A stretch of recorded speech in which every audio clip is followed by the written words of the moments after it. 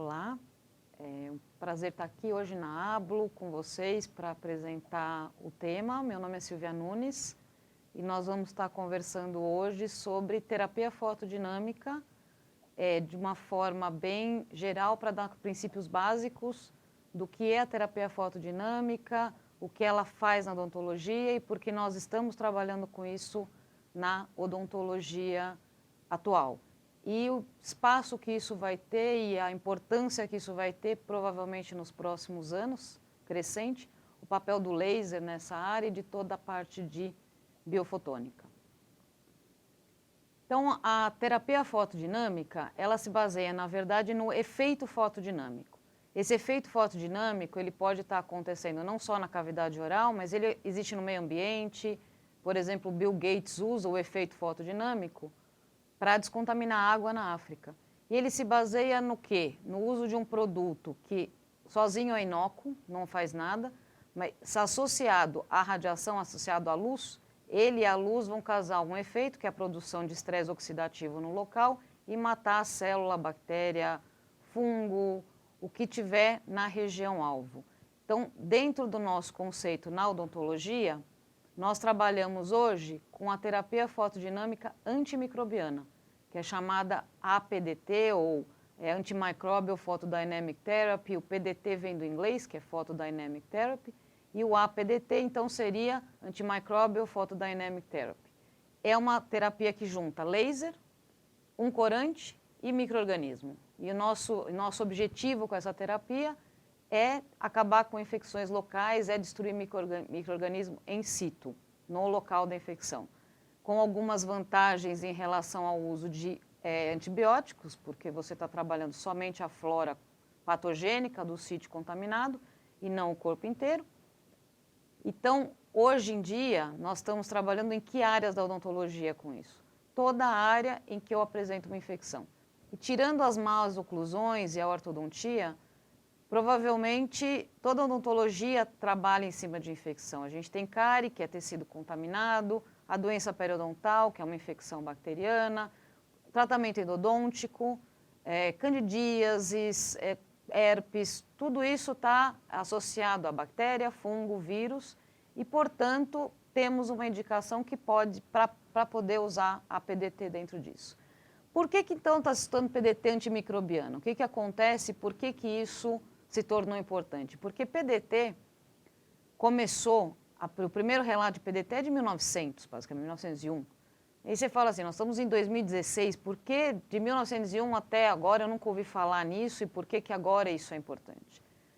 Todo mundo está ouvindo falar hoje de resistência microbiana, de micro-organismos resistentes. Todos nós, dentistas, trabalhamos hoje com concentrações, por exemplo, de hipoclorito muito maiores que no passado, por quê? Resistência microbiana. Além da resistência microbiana, a odontologia hoje está sendo bastante associada também a doenças sistêmicas. Então, nós temos a medicina periodontal, mostrando quanto uma infecção na boca pode ser importante para o resultado de saúde geral do paciente. No diabetes, por exemplo, o link está bem claro. Um paciente com doença periodontal não controlada dificilmente controla a glicemia. Assim, e vice-versa, um paciente com a glicemia elevada dificilmente controla a doença periodontal. Então, existe um link entre isso e essa doença, basicamente, ela está associada ao que? A micro-organismo e destruição de periodonto. E dentro desses conceitos, as cepas resistentes também estão presentes na cavidade oral.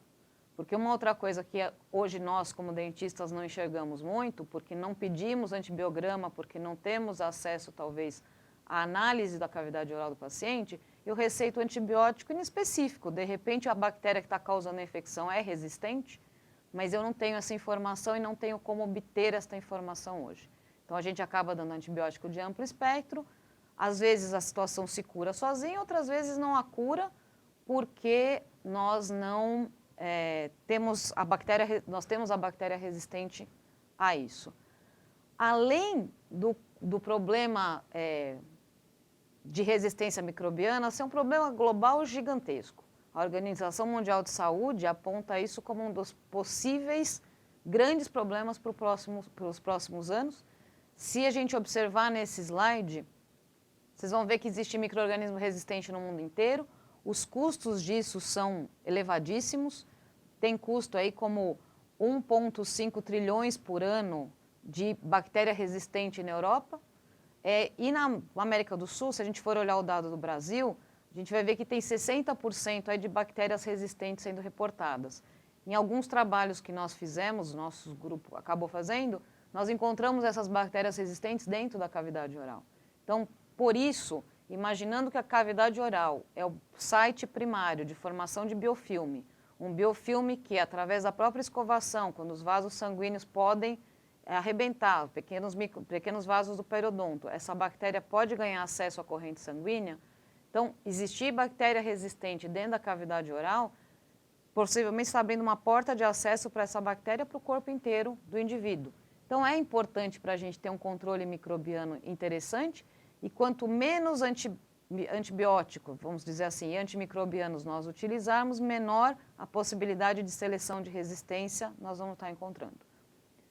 De acordo com a Organização Mundial de Saúde, na faixa etária entre 35 e 44 anos, ninguém no mundo basicamente é saudável. Se você olhar nesse gráfico a porcentagem de pacientes saudáveis, a porcentagem de pacientes saudáveis está aqui, nessa faixa inferior. Vocês vão ver que em todos os continentes ela é próxima a zero.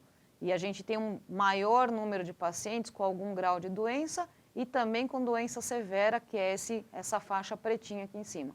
Então, se no mundo inteiro os pacientes estão em risco de doença periodontal, se essa bactéria pode ser resistente e pode ganhar a corrente sanguínea, então eu tenho que tratar isso como um problema sério. Observando esse link aqui, nós estamos com alguns trabalhos mostrando bactérias comuns da cavidade oral, como Streptococcus mutans, causador de cárie, e seu link com doença cardiovascular possível, algumas conhecidas como Porphyromonas gingivalis e artrite reumatoide. Então, existem vários hoje, inícios de evidência científica de bactérias orais causando outras complicações. Então, para nós dentistas hoje, é muito importante controlar a infecção oral e, além de controlar a infecção oral, como eu vou controlar essa infecção oral? Então, isso é importante. Hoje, o nosso tratamento se baseia em o quê? Remoção mecânica. É isso correto? Nós vamos continuar raspando a bolsa, eliminando o biofilme do canal, porque a remoção mecânica é a forma mais efetiva de estar retirando esse biofilme e diminuindo o grau de infecção. Só que o que acontece? Quando eu não consigo retirar, porque não tenho acesso, é difícil, não sei se remove tudo, um canal secundário, uma bolsa periodontal que está fechada, o que acaba acontecendo? Eu uso antimicrobiano. E no que eu vou estar utilizando esses antimicrobianos, eu vou estar podendo selecionar alguma resistência. Então, eu tenho que tomar cuidado com esse uso de antimicrobianos, porque o antibiótico hoje é prescrito, como eu falei, de forma inespecífica. Eu não faço um antibiograma e dou um específico para a doença. Eu dou um antibiótico de amplo espectro e o paciente, muitas vezes, não está educado o suficiente para utilizar como indicado, pelo período determinado. Ele sente melhora do quadro, ele para de tomar o antibiótico. E aí, minha chance, novamente, de seleção de resistência aumenta. Cavidade oral, como vocês sabem, é o local recoberto de biofilme, e isto pode estar trazendo para a gente algumas dessas consequências. Esse quadro é bastante importante, ele representa o quê? Na coluna do meio, a gente tem o ano que o antibiótico foi introduzido no mercado nos Estados Unidos. E na coluna, nessa última coluna, o ano da primeira resistência microbiana reportada. Então, se vocês observarem aqui, ó, o antibiótico foi lançado em 1960, em 61 já tinha bactéria resistente. Em alguns casos, no mesmo ano já aparecia, olha, esse aqui, em 1999 ele foi lançado, em 1999 eu já tinha resistência. Então, a evolução da bactéria é muito rápida, essa formação de resistência é muito rápida e nós não estamos ganhando essa guerra. Portanto, usar outros métodos para controle antimicrobiano é extremamente interessante hoje. A cavidade oral é um reservatório de bactérias resistentes, e um dado assustador é que dentistas são responsáveis por 10% aproximadamente da prescrição de antibiótico no mundo. Então, se vocês pegarem toda a área médica, dermatologia, cardio, e pensar assim, dentistas são responsáveis por 10% da prescrição de antibiótico, é muita coisa. Então, se nós conseguirmos diminuir essa prescrição, é fantástico. E dentro desse conceito que entra a terapia fotodinâmica. Claro que nós usamos outros antimicrobianos também. Os outros antimicrobianos como clorexidina, hipoclorito, hidróxido de cálcio. Hidróxido de cálcio, por exemplo, tem bactéria resistente hoje a hidróxido de cálcio. Hipoclorito era pregado há 20 anos atrás se usar a concentração de 0,5%, que era DAC, líquido de DAC, era suficiente para matar a bactéria. Hoje nós estamos usando soda clorada, 2,5%, quer dizer, se aumentou mais de 200 vezes a concentração e mesmo assim ainda tem bactéria que resiste a isso. Então, as nossas doenças na cavidade oral são muito de origem microbiana, como eu falei para vocês, a cárie, doença periodontal, infecção periapical, infecção fúngica, e tudo isso é uma oportunidade para a terapia fotodinâmica.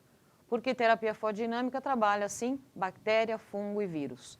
Então, nós temos toda recoberto com um único mecanismo, um único produto. Então, o produto seria o nosso corante fotossensibilizador, que hoje nós estamos usando muito azul de metileno, uma fonte de luz, que hoje é um laser vermelho, e essa mesma combinação poderia estar matando bactéria, fungo e vírus. Então, eu não preciso usar um antifúngico, antirretroviral e mais um antibiótico para tratar uma infecção. Um só produto estaria cobrindo todo o espectro possível de infecção nesse canal. Então, o que eu preciso hoje? Eu preciso de um fotossensibilizador, como eu falei para vocês, ou corante. Uma fonte de luz e o meu alvo, que no nosso caso é micro-organismo. No nosso caso, nós vamos estar tratando bactéria, fungo e vírus. Na medicina, eles tratam também tumores, eliminam células, mas na odontologia hoje, especificamente, nós vamos estar falando sobre bactéria, fungo e vírus. Existem vários fotossensibilizadores. Nós estamos usando azul de metileno e por estar usando azul de metileno, o nosso laser é o laser vermelho. Mas eu posso estar usando verde malaquita, eritrosina, curcumina, e cada um deles vai ter especificidade para um comprimento de onda, para uma luz diferente. Então, a única coisa muito importante ao selecionar o meu fotossensibilizador e ao selecionar a fonte de luz que eu vou utilizar é que eles tenham, que eles combinem. Então, o meu fotossensibilizador tem que ser ativado pela minha fonte de luz. Minha fonte de luz tem que ter penetração para chegar na área alvo, onde está o micro-organismo. O segundo ponto é a fonte de luz. Não precisaria ser um laser para fazer terapia fotodinâmica. Eu falei para vocês, ela foi descoberta em 1900. O primeiro laser, a teoria do laser já é de 1917, o primeiro laser é da década de 60. Portanto, quase 60 anos antes já se descobriu a terapia fotodinâmica. Não é necessário o uso de laser. Por que nós usamos laser, então? Porque devido à anatomia da cavidade oral, para tratar um canal, por exemplo, é muito interessante ter uma fibra ótica que entre dentro do canal. E a fonte de luz que entra numa fibra ótica de forma relativamente simples é um laser. Então, por isso nós estamos usando o laser hoje. E qual é o comprimento de onda? Que laser nós vamos utilizar? Aqui estão alguns sistemas que existem no mundo inteiro. Aqui são sistemas, tem um do Brasil, tem sistema do Canadá, da Dinamarca, da Áustria. Então, a terapia fotodinâmica ela está sendo usada no mundo inteiro e são todos sistemas para odontologia. O que é importante dentro disso? Que a combinação do fotossensibilizador com a fonte de luz, o fotossensibilizador não pode ser tão concentrado que não deixe passar a luz, ele tem que ter uma concentração bem razoável para que haja penetração da fonte de luz, e a fonte de luz tem que alcançar todo o comprimento da minha infecção. Se a gente olhar esse quadro, a figura A, B e C, nós estamos vendo que na figura A luz não chega no ápice. Como é que eu vou tratar endodonticamente esse dente? Não tem como. A figura C me mostra, sim, uma possibilidade de tratamento de uma infecção endodôntica de forma apropriada com luz uniforme pela raiz toda. Se eu não usar esta fonte de luz, que nesse caso é um difusor óptico, eu vou ter as situações A e B, e imaginando que eu quero tratar uma infecção apical e não tenho luz chegando lá, a terapia não vai ser efetiva. Não vai ser efetiva porque a terapia fotodinâmica com luz e o corante, ela vai ser efetiva desde que os dois estejam apropriadamente na área alvo. E quanto aos micro-organismos, então? Eu falei que mata bactéria, fungo e vírus. Obviamente, não é tudo igual. Eles têm tempos de morte diferentes. Dentro das próprias bactérias, as gram-positivas e gram-negativas trabalham de forma diferente. A gram-positiva é mais fácil de ser afetada do que a gram-negativa, porque a gram-negativa tem uma membrana externa, que seria uma outra barreira, uma outra proteção. A gram-positiva, ela tem um pouco mais fácil de matar. Fungo, por ser maior, até fisicamente maior do que a bactéria, ele tem mais alvos, também é mais difícil estar atingindo o fungo. Então, como é que eu vou trabalhar isso? Eu posso trabalhar com concentrações um pouco diferentes, mas eu vou trabalhar com tempos de luz diferentes, principalmente. Eu posso ter o mesmo produto, mesma concentração de corante, eu só modifico os tempos de radiação. E aí eu vou aumentando o meu tempo de radiação para conseguir superar essas dificuldades. O mecanismo de ação, basicamente, seria o quê? Eu entro com uma fonte de luz em cima de uma célula, só a luz não vai acontecer nada, só o corante não vai acontecer nada. Eu ponho lá o azul de metileno, não acontece nada sozinho. Agora, quando eu irradio uma célula que está corada com o azul de metileno, vai acontecer uma série de processos e esses processos levam à formação de espécies reativas de oxigênio, que são chamadas de radicais livres, não são radicais livres só, são espécies reativas de oxigênio, e essas espécies reativas de oxigênio levam à destruição da célula por estresse oxidativo. A nossa vantagem na odontologia, trabalhando com a PDT antimicrobiana, é que, de novo, as células bacterianas são muito menores que as células humanas, então os tempos de radiação que eu tenho para matar células são muito mais baixos do que os tempos que eu tenho para matar bactérias, são muito mais baixos que os tempos necessários para matar célula. Enquanto para tratar um tumor, aí, um médico fica em torno de 1 hora irradiando, para matar uma célula eu posso estar usando o tempo aí de 5 minutos, estourando. A gente trabalha de 2 a 5 minutos. Então, a nossa margem de segurança é enorme e por isso é que eu mantenho preservada as células da cavidade oral e consigo estar destruindo as bactérias. Aqui é um exemplo, aqui é uma microscopia de força atômica e é só um exemplo para vocês de como essa bactéria pode ser destruída. Aqui é uma Escherichia coli íntegra, a gente vê ela inteira aqui nessa figura, arredondada, membrana íntegra. Depois de 3 minutos de PDT, nós já temos esse aspecto achatado, parece um grão de milho agora. E aí eu continuei irradiando 10 minutos de PDT, ó. Existe o estouro até desse micro-organismo e a gente acaba tendo a morte celular. Então é uma reta, quanto mais eu irradiar, mais morte celular eu vou estar obtendo. Aonde aplicar isso na odontologia, clinicamente? Aqui tem um quadro para vocês com algumas possíveis aplicações. Então, descontaminação de canal, pericoronarite, periimplantite, abscesso periodontal, herpes, candidíase. Eu posso descontaminar prótese, eu posso descontaminar dentina, usar dentro da teoria do ART, do tratamento restaurador atraumático. Então, dentro da odontologia, aonde eu quiser diminuir a carga de micro-organismos, diminuir a contaminação, eu posso estar usando a terapia fotodinâmica. Aqui um exemplo para vocês de caso clínico utilizando a terapia fotodinâmica e como fazer essa aplicação clinicamente, né? Clinicamente, a gente coloca o fotossensibilizador na área-alvo, tem um tempo de pré-irradiação de 1 a 5 minutos e irradia a área. Hoje a gente está preconizando aí por um tempo médio de 2 minutos, um pouco menos, um pouco mais, mas é um tempo bastante razoável para se conseguir uma redução interessante. O mais importante, o micro-organismo tem que estar corado, a luz tem que alcançar toda a extensão e o corante não deve sofrer interferência de outros líquidos. O que são outros líquidos? Saliva, sangue, por exemplo, eu tenho que diminuir o sangramento da região para trabalhar. Mesmo numa periodontia é mais difícil, mas eu consigo controlar um pouco o sangramento. Onde eu tiver drenagem, eu tiver presença de pus, esse fotossensibilizador também não vai funcionar tão bem. Então, quando eu diminuir essa interferência com líquidos, vai ser mais interessante. Observando esse quadro aqui, então, paciente com um quadro de periodontite, a gente faz a raspagem, não se deixa de raspar, faz a raspagem, descontaminação dessa área, a aplicação do corante e aqui a fonte de luz irradiando o local. Aqui são alguns controles, esse trabalho aqui foi apresentado alguns anos atrás no CIOSP, onde se mostrou que você tinha um ganho na redução microbiana após raspagem e também uma recolonização diminuída quando a PDT era utilizada. Aqui é um caso bastante bonito de uma paciente com amelogênese imperfeita, uma bolsa periodontal de 10 milímetros aproximadamente nessa região anterior e inferior. Foi feita a raspagem, uma sessão de terapia fotodinâmica, o quadro não melhorou tanto, resolvemos fazer uma segunda sessão de terapia fotodinâmica e aí a paciente retornou uma semana depois com este quadro e aí vai fazer a sondagem, observa a isquemia da sonda aqui nessa área, então realmente eu consegui uma boa cicatrização dessa área, e isso aqui em 15 dias. Poderia ter sido conseguido sem terapia fotodinâmica? Sim, mas todos vocês sabem quanto é difícil. Sem um acesso cirúrgico, sem uma abertura, você conseguir um resultado desse em 15 dias. Então, aqui alguns casos de pacientes que a gente realmente usa para descontaminar, e eu descontamino essa região até antes de fazer o procedimento cirúrgico, para que não tenha tanta bacteremia nesses casos, né? Você vai cortar essa gengiva, essa bactéria vai cair na corrente sanguínea. Os resultados clínicos são muito bons.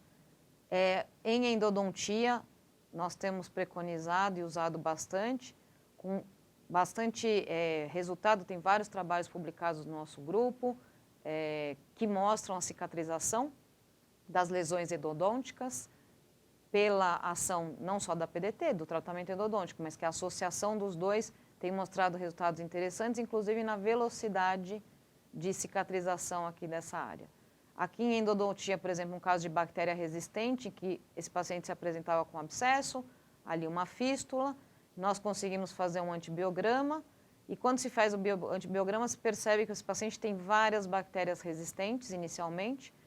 Depois do primeiro tratamento endodôntico, ainda encontramos enterococos e enterococos resistentes, e depois da PDT não teve crescimento bacteriano, tá? Então é bastante interessante porque eu associando ela ao meu tratamento convencional, eu consigo resultados bastante bonitos e efetivos aí a longo prazo, o que é bem interessante. Outras possibilidades, o paciente já veio para cimentar um pino, o dente foi tratado por outra pessoa, eu posso fazer descontaminação dessa região antes da cimentação do pino, o que também pode ser bastante interessante. Não há comprometimento estético, restaura o dente, não tem nenhum comprometimento estético do dente. Vocês veem que assim, algumas pessoas tinham problemas, vai ficar azul, vai ter algum problema de manchamento. Dentro das concentrações utilizadas hoje em clínica não há problema de manchamento. Então a terapia fotodinâmica, pelo que a gente está vendo aqui, é uma alternativa muito viável, muito possível para tratamento de infecção localizada. Ela já está sendo bastante aplicada clinicamente. As concentrações de corante são baixas, não existe nenhum problema com a estética. Os nossos lasers hoje são efetivos para isso em tempos viáveis clinicamente, tempos de 2, 4 minutos. Então, disseminar o problema da resistência bacteriana, educar os nossos pacientes e usar a tecnologia hoje disponível com o laser, com a terapia fotodinâmica para diminuir essa resistência microbiana, pode ser uma alternativa muito interessante para a odontologia. Obrigada a todos.